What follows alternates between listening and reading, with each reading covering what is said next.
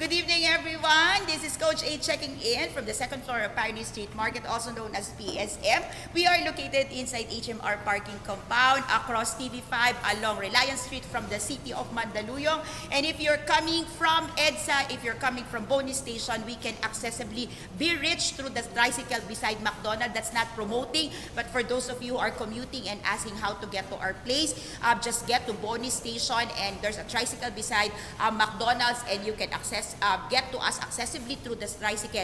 If you are driving from EDSA or from Pasig, you will not miss this place. This is along Pioneer Street, and when you get to Reliance Street, this is the one-way route going to EDSA. Get into that route, get into that place, and you will see on your left, HMR parking compound. On your right is TV5, pasok lang po kayo sa parking lot and you will see a building name PSM or Pioneer Street Market. For those of you who are confusing Pioneer Street Market as a street, Pioneer Street Market is the name of the building. Okay, so we are on the second floor. So I hope for those of you asking, paano po bang pumunta sa lugar niyo, I'm able to do that, and I promise to explain our location over and over again for those of you who are having a difficulty finding our place. Sorry po, so sana po maintindihan na ninyo kung saan kami located.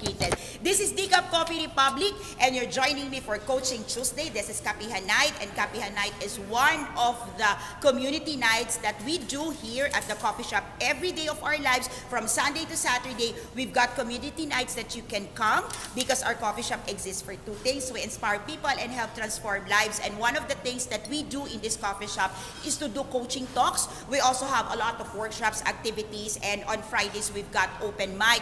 On Saturday we've got talks on mental wellness. So we've got a lot of things happening in the house. So just check out our event place, okay, our event page in Decaf Coffee Republic to find out everything that we are doing in this coffee shop. If you are joining me for the first time, if you are watching this on the replay, hello, this is Coach A. I'm a certified life coach. I am not a medical practitioner, but what I do as a life coach is I empower people to be mentally fit so they can stay alive and live beautifully. My personal advocacy is mental wellness. I believe that people can live functionally, fully functional, despite of their medical sickness related to mental health. I believe that mental wellness is something that a lot of people in our country doesn't understand, doesn't know, and there's still always the stigma in our country. But I am a believer, I'm a testimony that despite of your medical condition, you can still live fully, you can achieve your goals, you can have your visions, and you can be practically live like normal people. Okay, it's just a typical sickness. May sakit ka, okay lang yan. Pwede ka pa rin mabuhay. Okay, to all the people out there who are in the season of their life, checking out, am I fit? Am I mentally okay? Am I suffering from mental challenges or difficulties? Join us every Saturday for coaching, for mental wellness. That is free every Saturday at 5 p.m. So I want to take this moment also to say hello to all the new timers on floor. May kasama po ako. Okay, pwede po tayong pumalakpak. Alright, that is not a can sound, okay? I really have people on floor, and for those of you asking, bakit hindi nyo po sila nakikita? Well, number one, for their privacy. Number two, that is the gift and the blessing of you joining me on floor. You get to meet beautiful souls in the house. And tonight, we're full house, and we've got beautiful souls in the house. Meron po kaming certified life coaches in the house, okay? And we've got first-timers in the house, and we always celebrate and rejoice that there are people who are braving and courageous enough to join us in a talks like this. So magandang gabi po sa inyong lahat. Tonight, we're going to be talking about, okay, imperfections, striving in imperfections. So I want to say, to begin with, okay, that perfection is a myth. Okay, a lot of people would always want to live in perfections. A lot of people would always look into how can I be perfect? How can I make life perfect? How can I make my work perfect? How can I look my perfect? There's nothing as such a thing as perfect. Nothing. All right. I know for a fact that a lot of people, okay, consume their lives, okay, to the point of, okay, being miserable all throughout their lives simply because they're trying to fight for perfections. Okay, kung kayo po yan, you can check out, okay, check on me and give me some emojis. Sasabihin mo lang sa akin, I can connect. Okay, I'm a certified life coach. And remember, as a certified life coach, we believe in, okay, the potentials of every human being. So, ibig pong sabihin yan, we embrace imperfections, especially in this house. Okay, be it physical, be it mental, okay, be it emotional, your imperfections is part of who you are. And what makes you a beautiful being is because despite and in spite of your imperfections, you are living, you are breathing, and you can be happy. Connect? People in the house? Alright, so, in case you are a coach, okay, I just want to do this briefly. If you are coaching right now, if you are a natural coach, you are coaching a family member, you are coaching in the corporate world, in a workplace, if you are a team leader and a naturally gifted coach, or you are a person whom we call the accidental coach, ibig pong sabihin, trabaho po nyo ngayon ay mag-coach ng mga tao sa workplace. This house also, okay, is representing the Life Coach Training Institute that is based in Dallas, Texas, USA. So, I'm the global partner of the institute and I do life coach certification in this house. We offer international certification. Okay, hi AC, thank you for joining us tonight. We're offering international certification and global accreditations. We invite you to look into our profession and help transform lives. Okay, so the next certification class is gonna be on October 20 and 27. Just in case you wanna join us for the next batch, please contact us. All right, now, who among you here have tried and failed to correct your own imperfections? Sino na dito ang nag-trial and error? Yeah. Who among you here have tried to correct, okay, trial and error to correct your imperfections, or maybe not to correct, okay, sabi ni Coach, ako, okay, or maybe not to correct, but to hide your imperfections. Alright? Right? Okay. Now, if you believe that this topic or this talk will be a helpful thing to someone you love, someone you know, it would really be appreciated if you can share this to your timeline and to the groups that you are belonging with. Okay, so thank you for sharing for those of you who will share. If you're watching this on a replay, okay, in the future, I would like to encourage you to send your questions later on, not in the comments below, but you can message me directly. Adet Purto is my personal messenger account. All right, moving forward. Who among you here had a mistake in the past? Yeah, mistake or mistakes. Sino dito ang nagkamali na? Okay? And sino dito ang nagkamali na and your mistakes and your lapses created an imperfections in your life? Sabi nila, irreparable imperfections. Sino na dito? Yung sabi nila, nagmarka, nagpeklat. Sino yan? Diba? Yung para siyang birthmark. Alam niyo po yung peklat, birthmarks. Okay? Yung pag nagkasugat ka, peklat po yun. Tama? Okay. Sino dito yung nagkamali ka na nagkasala ka, meron ka talagang one time, big time, maling-mali, and then ang ending nun talaga, bumakat sa pagkatao mo. At ngayon, ang tawag mo dun ay imperfections mo. Alright? We're not talking about of physical defects. We're not talking about of inborn or congenital. We're talking about nako, Attorney Claire, we miss you. Okay, we miss you here. Okay, nako, Coach Elia, si Coach Claire wala dito. Alright, so, I'm not talking about of congenital diseases. I'm not talking of physical defects that you were born with. But I'm talking about imperfections na ikaw yung gumawa. Kasi ikaw yung nagkamali. Sinong may ganon? Taas ang kamay. Okay. Do you know that indeed, okay, we can live with imperfections that are congenital by birth or something that we cannot do anything. Hi, Coach Jendi. Okay, connect daw si Coach Jendi.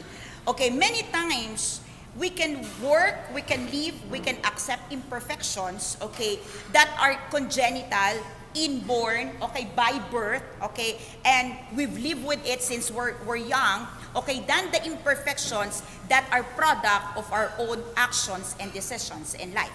Agree, disagree? Right? It's not our physical imperfections. For example, maitim ka, mataba ka, aray, okay, payat ka, okay, parang kumakain ka lahat, hindi hindi naman dumating sa katawan mo. You know, the world would define beauty on extreme, right? So, Okay, I wanna read this, Coach Jenty. Ito po, tabos daw po sa puso. Hello then. Thank you for joining us tonight. Alright, so, it's not the physical, alright? Some people are born short, some people are born taller. Okay, do you know that both the short and the taller may problema? Okay, pag nasa Pilipinas ka daw at masyado kang matangkad, ang tawag sa'yo ay kapre. Tama po ba? Can you connect with me? Okay, pagka naman maliit ka, ang tawag sa'yo ay? Kayo tumawag na, hindi ako. Kayo talaga. Hindi po ako yon. Sabi sa inyo may tao dito eh. Kita nyo na, hindi cancelled. Tinest ko lang po kung gising sila. Gising na gising. Alright? But truth of the matter, alright? Kung ipinanganak kang bulag, okay? Kung ipinanganak ka, if you were born with blindness, you were born with some physical, alright? Truth of the matter, it's something that you're able to grow with it or outgrow it in time. Especially if you've got support of your family member, especially if your parents are not hiding you, especially if yung pamilya mo proud pa rin sa'yo kahit yan ang difficulties mo. Right? You grow with it. Pero ano po ba yung pinakamahirap na imperfections? Yung ikaw yung gumawa. At tumahimik na po tayo ngayon. Alright? Because when you are born with your imperfections, kind of you say, I have no choice. It was given to me. And if you are born in a family nurtured with love and care, most of the time your imperfections is actually a gift and a blessing. All right? You receive more. You receive much more of the compassion. You receive much more of the care. You receive a lot of things. All right? But one thing that really hits people is the imperfection na ikaw ang may kagagawan. Would you like to connect with me? Sige, kindatan mo na lang ako kung ikaw yan. Diba? Pag ikaw ang gumawa ng imperfections mo, if it is out of your sin, out of your lapses, out of your personal decisions, and the outcome is detrimental and leaves a mark and a dent on your personality, identity, spirituality, then that's even a greater dent in you, and that's the imperfections that you don't want to talk about. Am I correct? Am I correct? Okay. But do you believe, would you agree with me, that despite of that imperfections that you are carrying now, all right, okay, truth of the matter, you are not a lesser person because you're still that person. You're still that person. Now, here's the thing. If you come into a group who doesn't know your imperfections, out of your lapses and your sin and everything, how would they treat you in your mind if they don't know you? Nice, right? And if you go to a team or group who knows you, your perception is they will treat you badly. Correct? So where is the disconnect happens? Is it a reality or in your brain?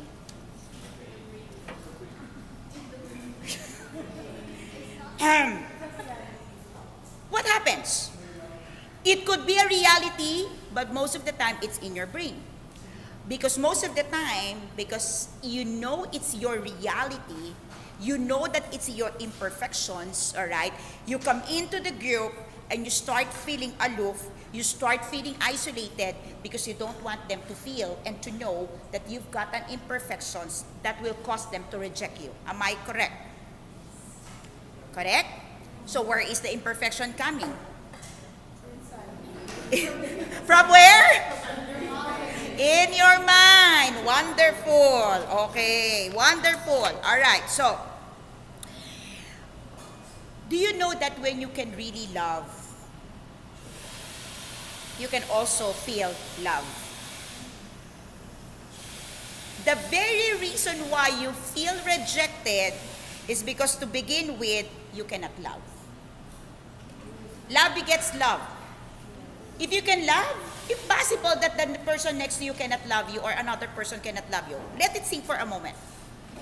The reason why you are afraid that people will reject you is to begin with, you might be rejecting the very person inside of you. Correct? So, sinong hindi makatanggap? Sino pong hindi makatanggap? Okay. Let me begin with a couple of things before I share with you practical tips, okay? Let me just iron and set the ground here. If you want to thrive with all your imperfections, if you want to live joyfully despite of your imperfections, which all of us have, the first thing is living a wholehearted life. Whole, buo, W-H-O-L, wholehearted heart. And do you know what it means? It means that buo ang puso. Buo ang puso. When you talk about buo ang puso or wholehearted, it means that despite your bruises, despite your pain, and despite your ugliness, you can still see a beautiful person inside of you. The first person who rejects you and you cannot recover from that is actually you. You. The moment I ask you, what is your imperfections? What do you do? Come on now, what do you do? You hide. Yeah, you hide. Meaning, you can't accept yourself. If you cannot accept yourself, how do you think others would accept you? What we strive is validation. What we strive is acceptance. What we want the world to do is value us despite our imperfections, correct? How can it happen if you cannot value yourself? Living and thriving in imperfection means you're able to embrace, okay, your life with a whole heart. And you say, this is who I am, this is what I've done, this is where I am today, and yet I am still the same person, born with greater potentials to achieve things in life. Not a lot of people can talk about their imperfections with tact, with dignity, not to be proud, but we've got to start saying, my imperfection is part of who I am. That's being wholehearted. And being wholehearted requires courage, compassion, and connection in your life. So what is courage? What is courage? Who are courageous here? Sino po mga courageous? Alright, so what is courage?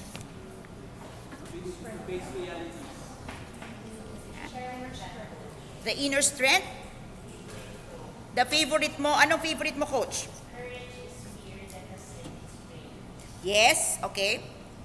Okay. When you talk about courage, the only time you can really say that you are courageous if you live a life that also allow others to be courageous. Let me say that again. You can only say that you are courageous if you can live a life that allows other people to be courageous. Because when you say, I'm courageous, and the person next to you is duwag, then you are not courageous. Because courageous is something that breathes out. And when you're courageous, sabi nga po nila, nakakahawa yan. Okay? When you are courageous and you live without guilt and embarrassment, the person next to you, your family, your circle of friends will also live the same way. Think about it for a moment. Okay. If you are a group with all due respect to all the people who are not blessed with a good height, okay, in our standard, okay. So height is just a standard. And to some country, okay, it doesn't really matter. I think it shouldn't even matter. I don't think it shouldn't matter. But you've seen people, all right, if they go together of the same height and they live as if they don't care that that is their height, they embrace themselves and they're courageous enough to do what they can do, all right, that tall people can do, That's courageous. That's being courageous. Hindi ka matapang kung ang kasama mo ay duwag. A lot of people say, I'm courageous, duwag sila. Hindi ka courageous, mayabang ka.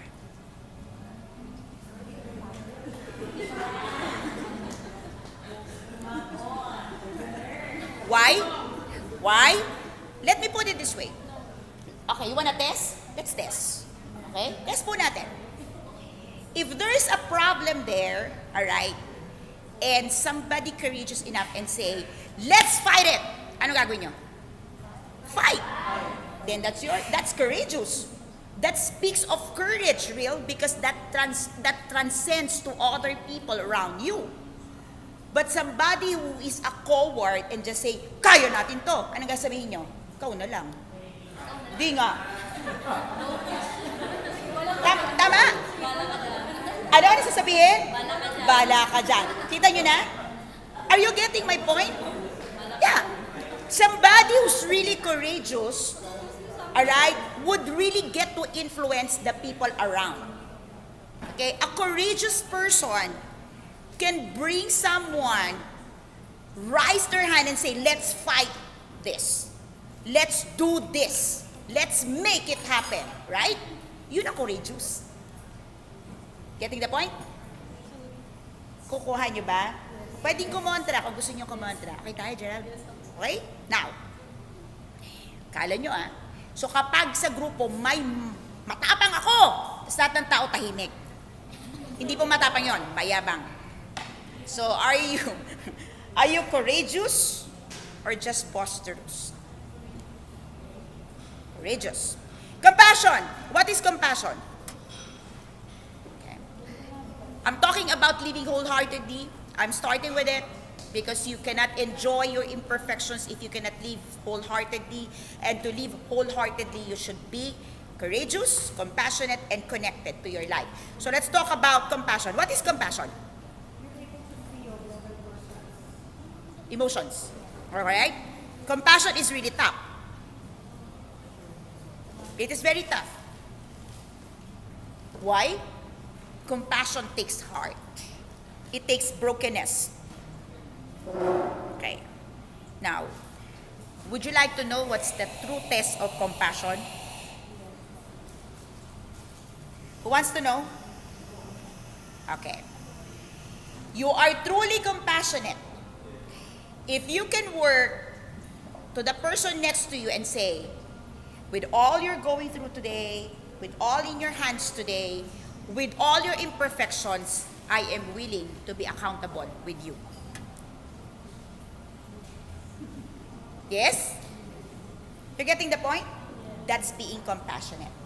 Many times we say, grabe, kawawa ka naman. I feel for you. Tapos, ano nangyari? Wala. Okay? You've heard of compassion countless of times, and I don't have to really define it. You can check Mr. Google for that. What I'm giving you is how you test if you are compassionate enough. Because if you are compassionate enough, you will not allow somebody get hurt without you being with the person accountable for what hurts. Okay? Hindi po yung umiiyak ka lang. Many times, a friend will cry with you. Pero tanongin mo yung friend mo, can you make me accountable to move from here? Hindi, bahala ka na, ikaw na lang. Kaya mo na yan. Yeah. Compassion is tested when despite the limitations, imperfections, and difficulties, somebody will say, or you can say, I can be accountable with you. That's compassion. Meaning, your emotions, your feeling, whatever you're feeling for that person is strong enough, alright, that you will not allow that person to get hurt without you getting hurt as well. Because you can feel that for that person. Yes? Okay. Can you agree? Yes. Okay. So who are compassionates in the house? Sino mga compassionate dito?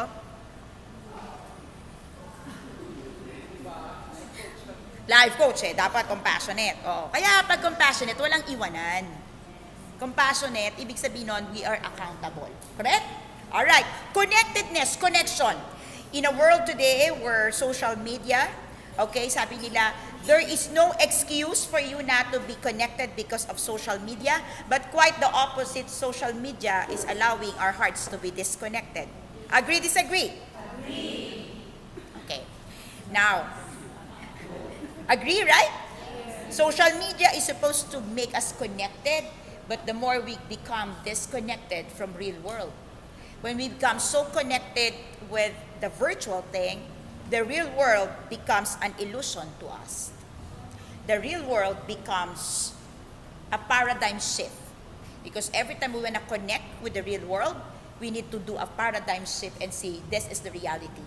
And at times we don't understand and we don't even know what's reality and what is false reality. Let me repeat that. We don't know what is reality and false reality. That's why I always challenge people. Diba? Yung sabi po natin sa Tagalog, okay, sino ang tunay na baliw? Because a lot of people who are mentally challenged, I don't know about you, but I always say this, not because I have a guest, okay, and not because you're my guest, but I always tell this to people, that it's easier for me to connect with people who are mentally challenged. I don't know. Right? Yes, mabuhay ang mga mentally challenged in the house. I'm not sure with your experience, but I am one person who would testify and tell you it's easier to connect with mentally challenged people. They're very vulnerable. They're very, very open, and they can tell you exactly what they think, what they feel.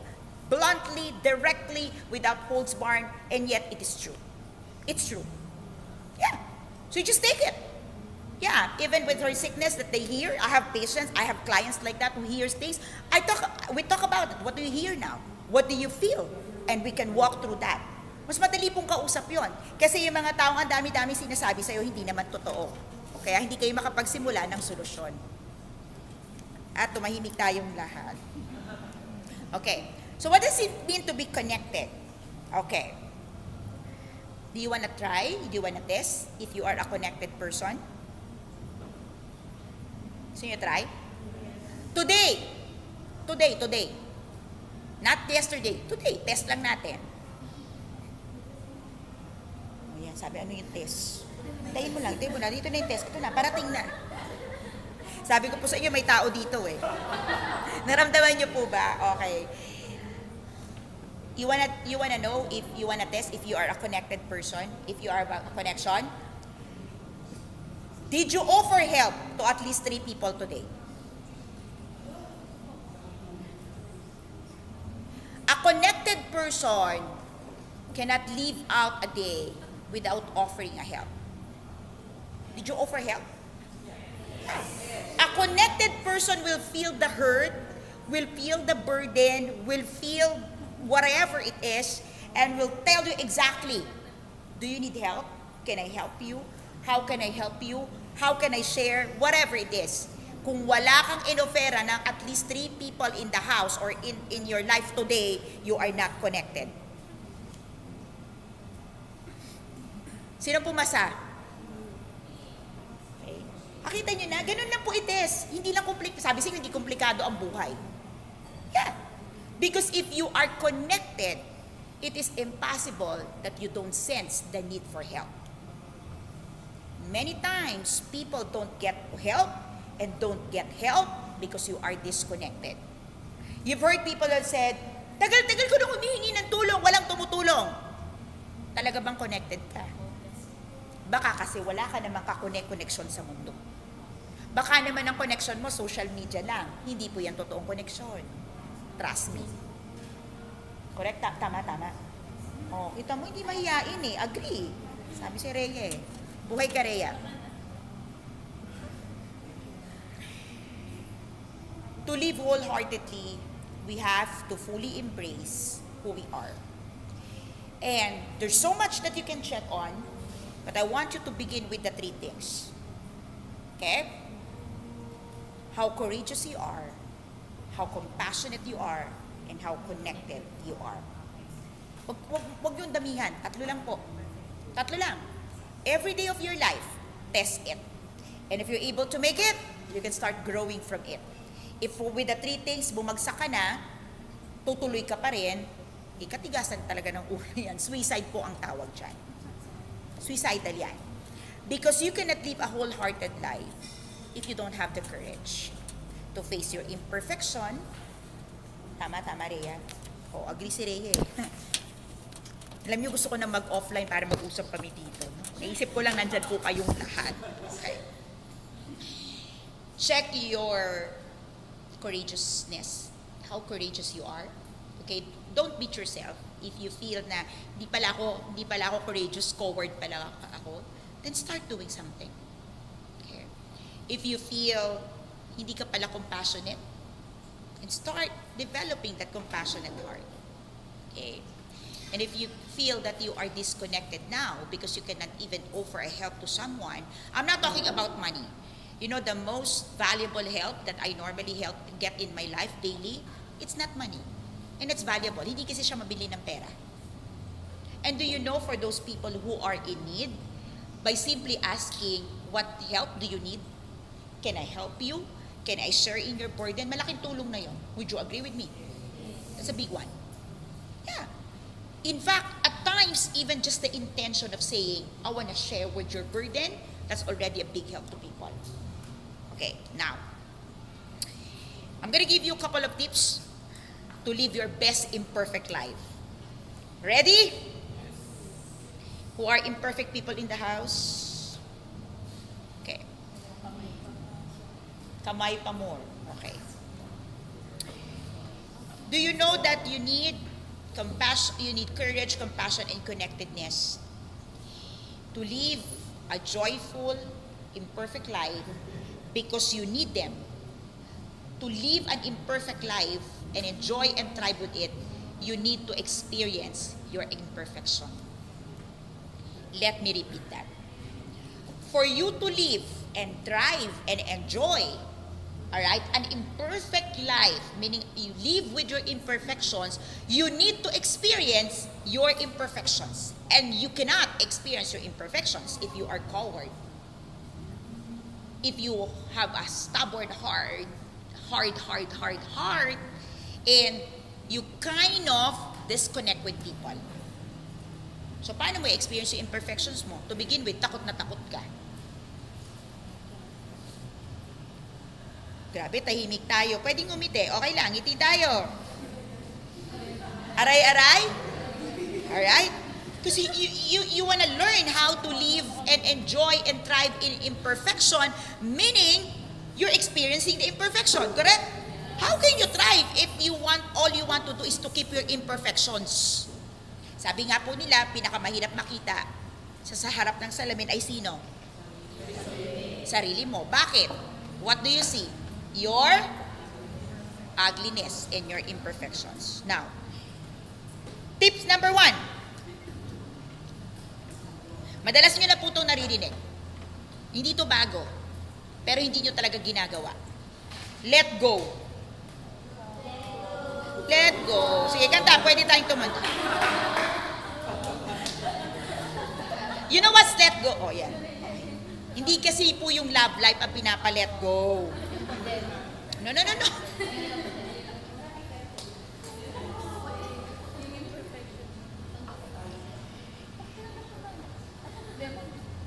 Do you know what you have to let go? Sige, what do you have to let go? Huh? You have to let go of others' expectations of your own life. Buhay mo kaya yan. Pumalakpak kayo. Kaninong buhay yan? Yun. Kaninong buhay? Oh, why are you living for other people's expectations? Let go of other people's expectation and stop using their measurement as your yardstick. This is your love, not your life. Yes. Buhay mo to, mabuhay ka para sa sarili mo. Bakit sila ba nagpapakain sa'yo? Yes. Tama ba, Kati? Yeah, right? A lot of people. Okay. Sige, walang pa ka, Rhea. Si Rhea, oh. Yes. Tanda mo si Rhea, hindi na mahiyain ngayon.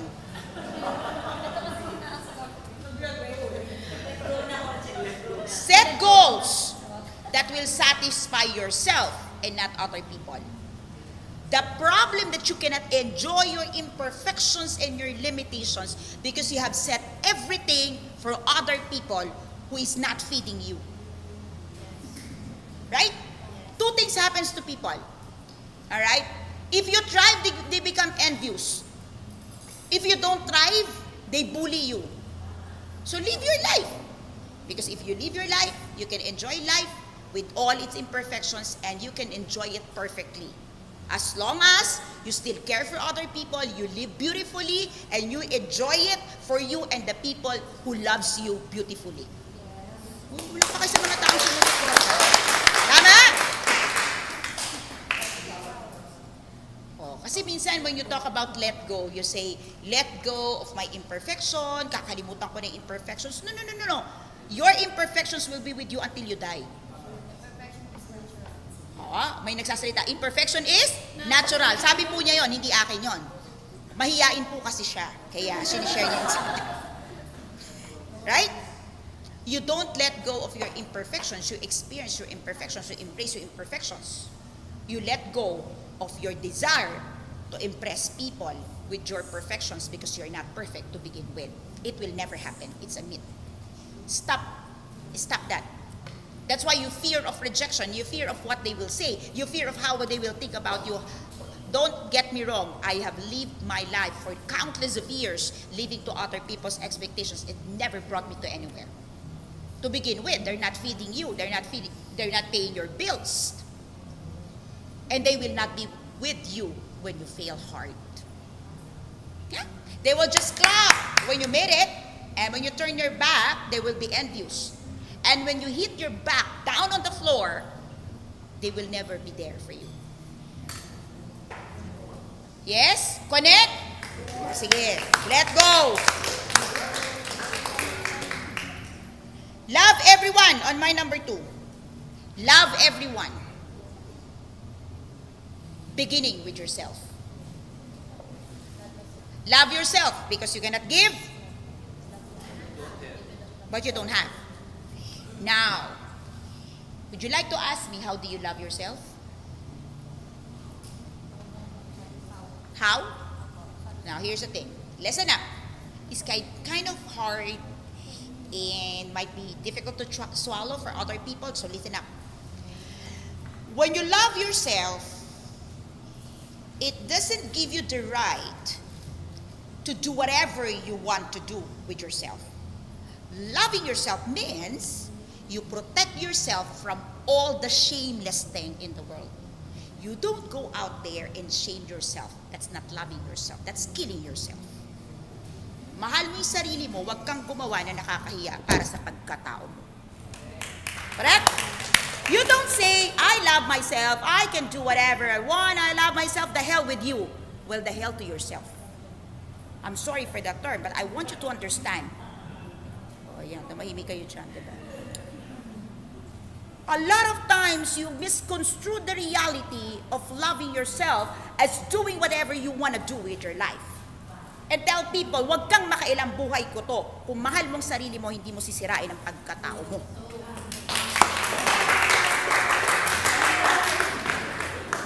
You only live once. Correct. So put that in your head. Put that in your heart. And live that life wonderfully. Yung hindi yung ikahihiya mo yung sarili mo. Eh kung ikaw mismo nahiya ka sa sarili mo, eh di hindi mo mahal sa sarili mo, kaya nahiya mo nga eh. You go out there, mess your life, go naked of your dignity, and you say, mahal ko kasi yung sarili ko, kaya ako ito ginagawa, huwag kang makialam. Hindi mo mahal ang sarili mo. If you love yourself, you will not go out there shaming yourself and blaming other people for what you are doing. Sige, pwede. Okay lang, sige. You love yourself? Okay, if you love yourself, everything you do, figure out the cost. Tama? What are you trading for everything that you do? Are you trading your soul? Are you trading your spirituality? Are you trading your dignity? Are you trading your sanity? Are you trading your health? Are you trading the people you love? Are you trading who you are? That's the price you have to pay. That's the cost you're paying for the things that you do for yourself or against yourself. The authentic you is the you who you can protect, who you can love, who you can really put in a pedestal. Alam mo yung pedestal? Yun eh. Anong ginagawa mo pag yung bagay nasa pedestal? Nasa eskaparate. Sa mga Tagalog, eskaparate, alam mo po ba yun? Yung mga glass. What do you do with that? You don't taint them. You don't harass them. You don't break them. You don't put something in that. You don't put shit in that. Hindi nyo po dinudumihan yun. What do? You take care of these things. Am I correct? Yes. So mahal mo ba sarili mo? Yes. Umayos ka.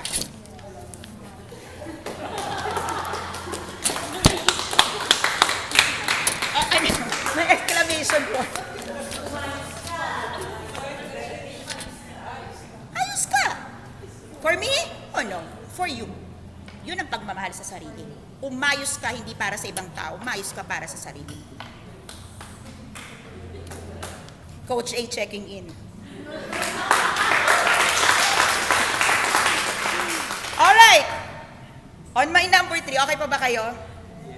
Kaya pa natin to. Malapit na to. 5 lang naman to eh. Kaya-kaya nyo to. Number 3. Forget about perfection because it's a myth.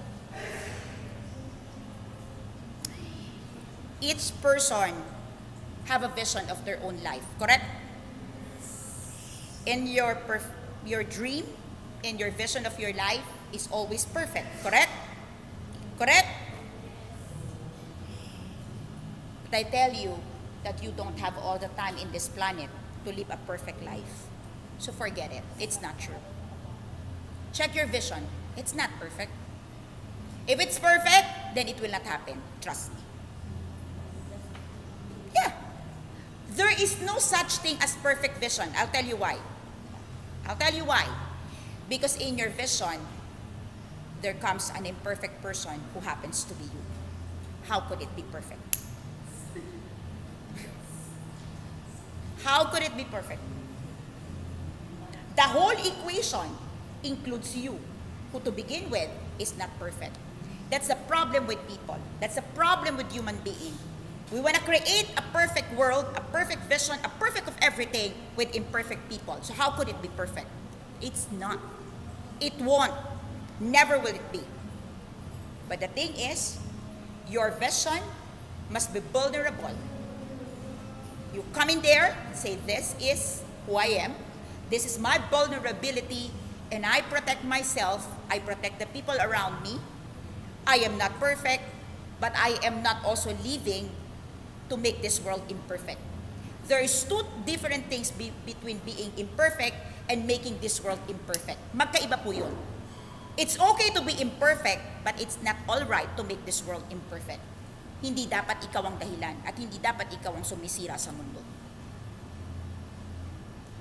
Why? You live in this world. So you put a trash in that world, what happens to the world you're living in? It becomes polluted, and you receive the pollution as well. Yes?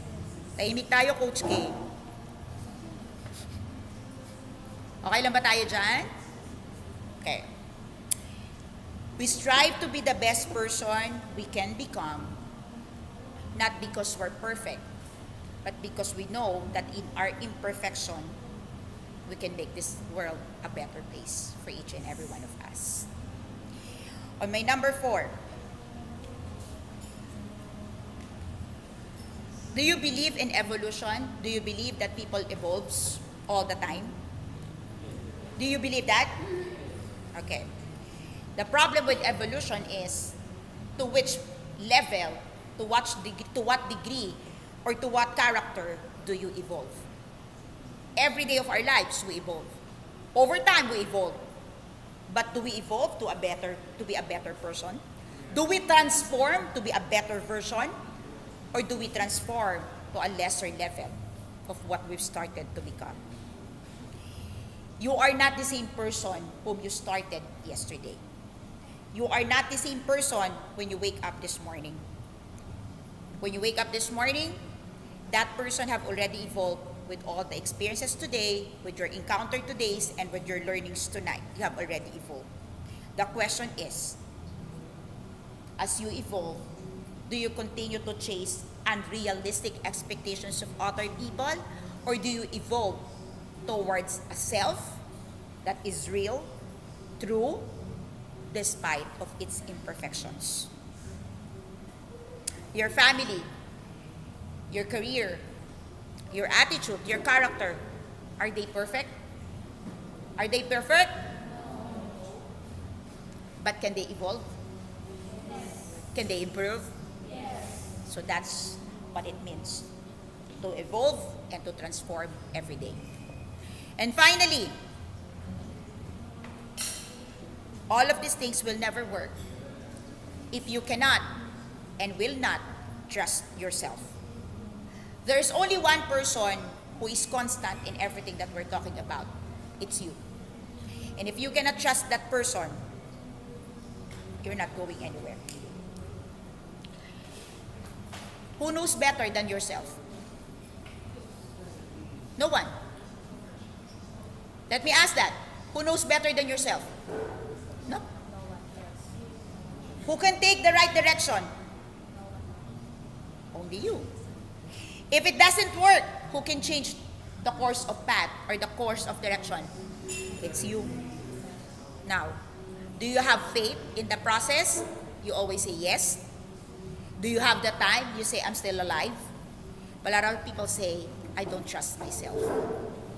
If you don't trust yourself that you can make it, if you don't trust yourself that you are capable, if you do not trust your potential, and you don't even trust that you are capable of becoming better each day, where would it lead you? You are fascinated with perfections. You are fascinated with great things. You are fascinated with improvements. Diba? Kaya nga maraming self-help books. We want to improve. We want to be better. The problem is, you don't trust yourself to be capable of it. Change, transformation, improvements will not happen if that person inside of you tells you it's not possible. You are given potentials. You are given gifts.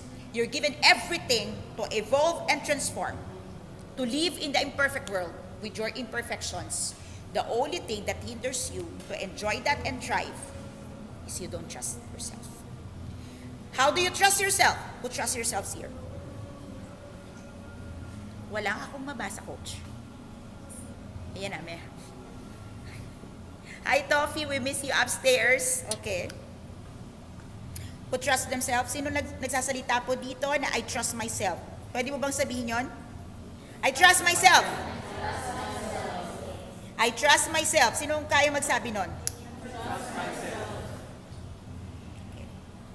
How much do you trust yourself? How many percent?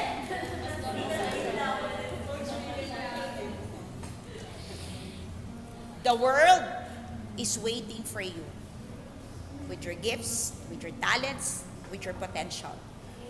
What you give to the world is a mirror of what the world gives to you.